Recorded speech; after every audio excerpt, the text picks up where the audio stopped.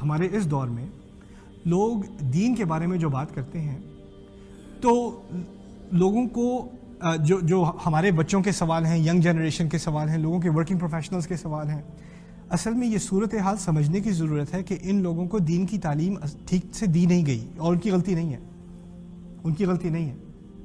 अगर आप पाकिस्तान का जायज़ा लें, इंडिया का जायज़ा लें, बांग्लादेश का जायज़ा लें, मुसलमान ममालिक का कहीं भी जायज़ा ले लें, हमारी दीनी तालीम क्या है?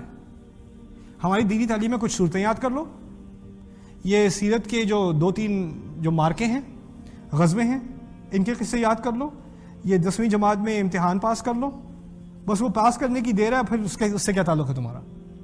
2-3 सूरतें याद कर लो, मौलवी साहब को ज़बरदस्ती घर पे बुला के एक दफ़ा कुरान पढ़ा लो, एक दफ़ा एक जिल्द से दूसरी जिल्द तक, यहाँ आखिर तक जब आपने मुकम्मल कर लिया कुरान, तो आप कुरान से ग्रेजुएट हो गए, अब इससे वास्ता करने की कोई ज़रूरत नहीं, अब ये सिर्फ जनाजे के टाइम पे काम आएगा आपके, ठीक है ना? आपका इससे और कोई ताल्लुक़ नहीं है। और फिर उसके बाद उससे ऊपर बड़ा मसला क्या है कि जो लोग दीन के नाम पे बात करते हैं वो ऐसी उल्टी सीधी बात करते हैं कि लोगों की बात को, पढ़ा लिखा इंसान की बात सुन के कहेगा यार ये लोग तो पागल है यार, इनकी बात सुनूं मैं? इनको भी बोलते देखा है? ये कैसी उल्टी सीधी बातें करते हैं। असल में हुआ ये है कि जो पढ़ा लिखा तबका है ना हमारी सोसाइटी का, उनके दिमाग में अब ये बात बैठ चुकी है कि जो लोग दीन की बात करते हैं वो अकल की बात नहीं करते, वो अकल की बात नहीं करते। और काफ़ी हद तक उनकी ये तनकीद सही है। हमारी सोसाइटी में बहुत सारे लोग ऐसे हैं, बहुत सारी मिसालें ऐसी हैं, लोगों ने दीन के बारे में ऐसी उल्टी सीधी बातें की हैं, मिंबर पे खड़े होके, बड़े बड़े जलसों में ऐसी ऐसी बातें सुनने को मिलती हैं। मैं कभी कभार, मुझे कॉमेडी का ख़ास शौक़ है, तो जब मैं अम्मी के घर जाता हूँ तो उनको पाकिस्तानी चैनल्स देखने का शौक़ है, मैं दीनी चैनल में देखता हूँ, मुझे उससे बड़ी अच्छी कॉमेडी मिलती है। लोग कैसे सवाल पूछ रहे हैं और जनाब कैसे उल्टे सीधे जवाब ये लोग टीवी पे दे रहे हैं और लोग देख रहे हैं। और कहाँ की बात कहाँ, को किसी को कॉल करके पूछ रहा है, हाँ मुझे आजकल नींद नहीं आती, मैं क्या करूँ? कहते हैं अच्छा ठहर जाओ जरा 1 सेकंड, हाँ तुम ऐसा करो, तुम ये 3 दफ़ा पढ़ो, ये 5 दफ़ा पढ़ो। ये कहाँ से ये लेके आ रहा है यार? ये कौन सा दीन है? मैं 15 साल से पढ़ने की कोशिश कर रहा हूँ, मुझे ये फॉर्मूला नहीं मिला, इनको कहाँ से मिल गया? ये गैब से आता है जी, उनकी अकल ही गैब में यार इन लोगों की। और जब इन लोगों को आप देखोगे बार बार, तो किसी भी अक्लमंद इंसान के दिमाग में तो आएगा मेरा इस दिन से क्या ताल्लुक यार, इन लोगों से मैं क्या करूँ, इससे मेरा कोई वास्ता नहीं है, ना मैं इनसे कोई वास्ता करना चाहता हूँ, मैं तो उनको ब्लेम भी नहीं करता। मैं खुद, अगर मेरा एक्सपोजर सिर्फ उन लोगों से होता तो मेरा दीन से कोई ताल्लुक ना होता, कोई भी ताल्लुक ना होता। मैं तो बड़ा फॉर्चुनेट हूँ, जब मैं कॉलेज में था, मैं बिल्कुल दीन से मेरा बिल्कुल कोई वास्ता नहीं था।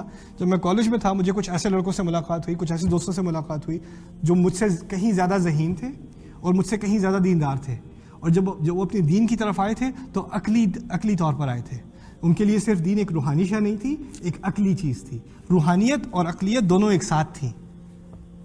और जब मैंने उस चीज़ को देखा, मैंने कभी देखा नहीं था, मैंने तो सोचा नहीं था कभी अकलमंद लोग भी दीनदार होते हैं, सोचने समझने वाले भी दीनदार होते हैं। ये लोग, ये तो इसके तो 4.0 GPA, top of his class, masters degree, इतनी अच्छी तालीम, इतना अच्छा करियर, और ये भी 5 वक्त की नमाज पढ़ता है। ये क्यों नमाज पढ़ता है?